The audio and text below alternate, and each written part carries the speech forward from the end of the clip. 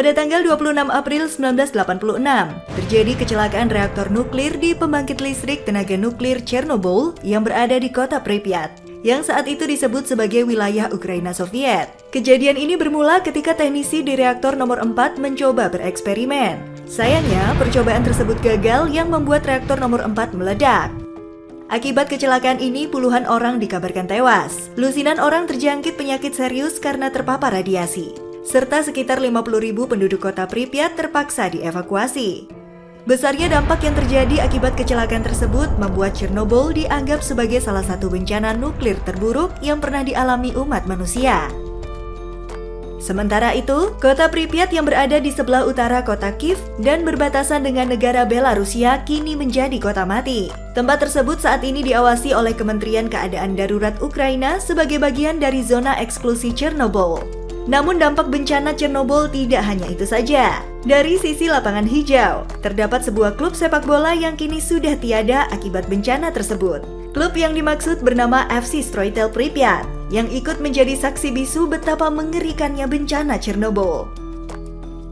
Sebelum dilanjutkan, kami merilis video terbaru setiap minggunya. Pastikan kalian sudah menekan tombol subscribe dan nyalakan notifikasi agar tidak ketinggalan video terbaru dari kami.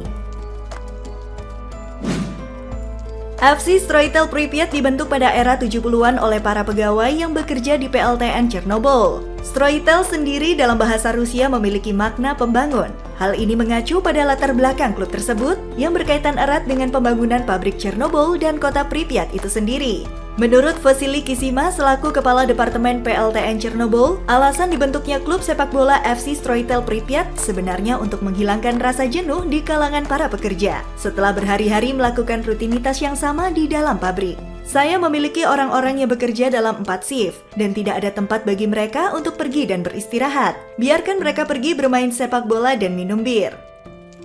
Kemudian pada tahun 1981, FC Stroitel Pripyat mengikuti kompetisi amatir KFK SSR Ukraina. Perlu diketahui bahwa pada era 80-an, kompetisi amatir KFK berada di kasta keempat dalam sistem piramida sepak bola Uni Soviet. Setiap tim yang berhasil menjadi juara di kasta ini berhak mendapat tiket promosi ke Vitoraya Liga atau kasta ketiga dan status sebagai tim profesional.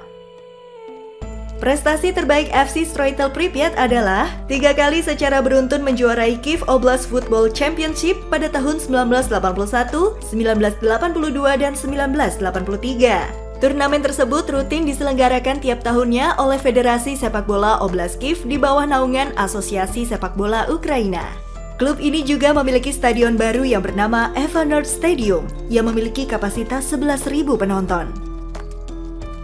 Kemudian pada hari saat terjadi bencana, para pemain FC Stroitel Pripyat sedang berada di lapangan untuk persiapan melawan FC Borodianka pada semifinal Piala Domestik. Latihan mereka terganggu setelah kedatangan seseorang yang mengenakan pakaian pelindung dan detektor radiasi. Orang tersebut memberitahu bahwa pertandingan dibatalkan dan seluruh masyarakat dihimbau untuk segera mengungsi. Mendengar kabar tersebut, para pemain langsung membubarkan diri dan segera pulang untuk memberitahu keluarga masing-masing.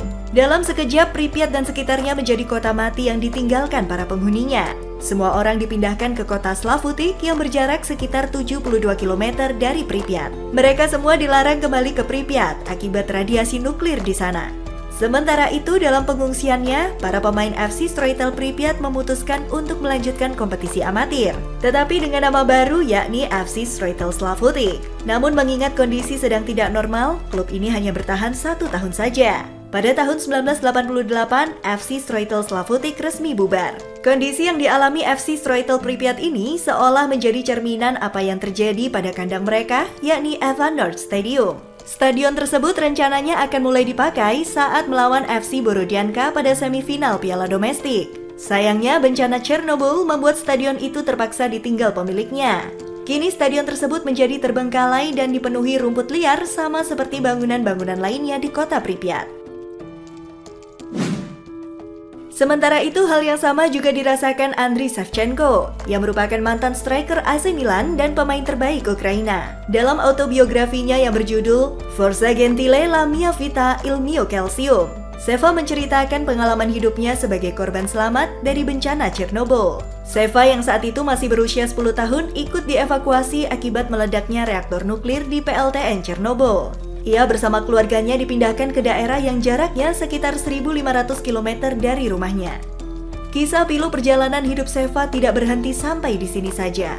Ia juga harus merasakan gejolak yang dialami negaranya akibat runtuhnya Uni Soviet. Meski begitu, dirinya mengaku sangat beruntung karena masih mampu bertahan hidup dan memiliki karir cemerlang setelah mengalami masa-masa sulit di masa kecilnya.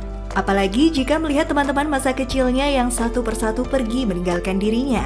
Teman-teman Seva kini telah tiada. Mereka meninggal bukan karena radiasi nuklir, melainkan karena alkohol, obat-obatan terlarang, atau permasalahan senjata.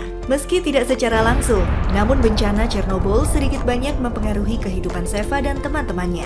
Bencana tersebut menyebabkan krisis di daerah Ukraina. Belum lagi gejolak politik Uni Soviet yang runtuh semakin memperparah keadaan. Dalam kondisi tersebut, beberapa orang memilih melakukan hal-hal nekat dengan mempertaruhkan nyawa. Sementara Seva memilih untuk melanjutkan karirnya di Akademi Dinamo Kyiv dan menjadi jalan hidupnya sebagai pemain sepak bola terbaik Ukraina. Sekian ulasan kita pada episode hari ini. Jika kalian tahu klub sepak bola lain yang terpaksa bubar akibat bencana, beritahu kami di kolom komentar dan sampai jumpa di konten Futix ID lainnya.